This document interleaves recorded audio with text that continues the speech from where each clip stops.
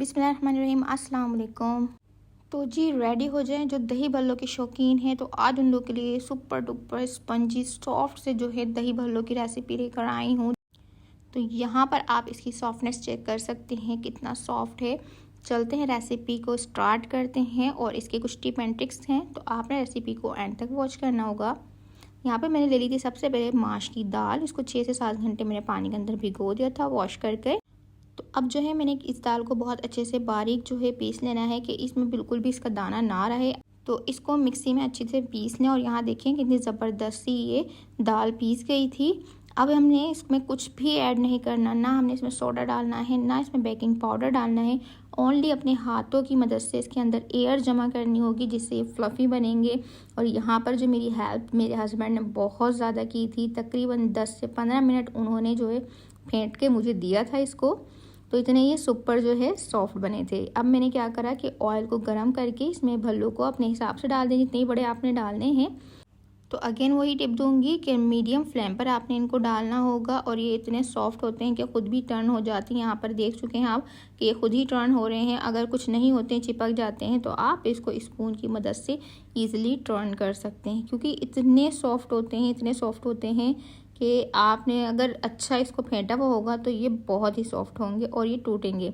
तो यहाँ पर जो है देखिए मेरे गोल्डन फ्राई से हो गए थे। हमने इसको डार्क कलर नहीं देना होगा। तो अब हम इसको निकाल कर एक साइड पर रख लेंगे।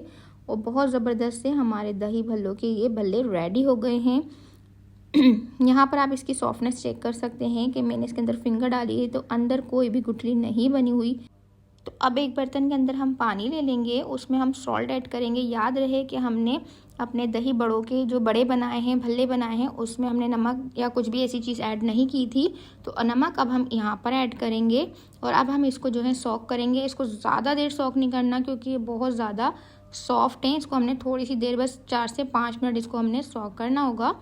और जी अब इसकी दही तैयार कर लेते हैं। तो अब एक मैंने जो है देखें घर की बनी हुई दही है, इसको मैंने ले लिया है।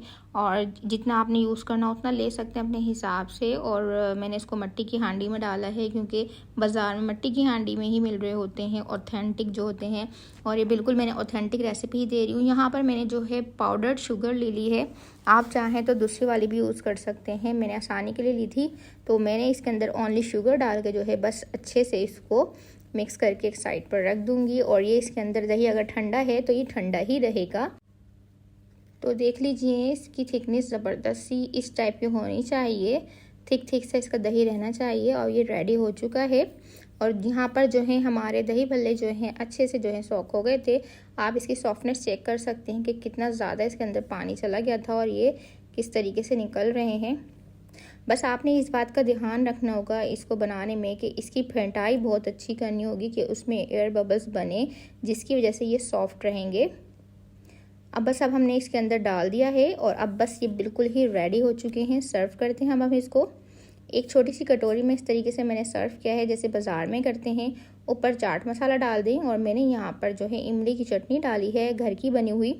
आप यहाँ पर रेडीमेड भी डाल सकते हैं और ग्रीन चटनी भी डाल सकते हैं। और इसके ऊपर थोड़ा सा अनार दाना और पापड़ी डाल के भी आप इसको सर्व कर सकते हैं। तो इट्स अप टू यू।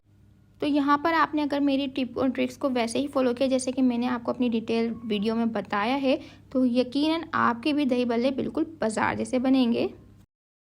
तो यहाँ आप देख लीजिए कितना ज़बरदस्त से सुपर डुपर सॉफ्ट बने हैं, इतने लजीज, इतने मज़ेदार से। तो व्यूअर्स, आप लोगों को मेरी रेसिपीज़ कैसी लग रही हैं, पसंद आ रही हैं, तो प्लीज़ चैनल को जाके सब्सक्राइब कर लीजिएगा। बेल नोटिफिकेशन प्रेस करना मत भूलिएगा, जिससे मेरी हर आने वाली वीडियो आपको फ्री में देखने को मिलेंगी। और हाँ, अपनी फैमिली एंड फ्रेंड्स में भी शेयर कर दीजिएगा। तो आपको मेरे चैनल पे इस तरह की बहुत सी ज़बरदस्त सी चाट की रेसिपीज़, खानों की रेसिपीज़ और डिज़र्ट्स की रेसिपीज़ मिलेंगी।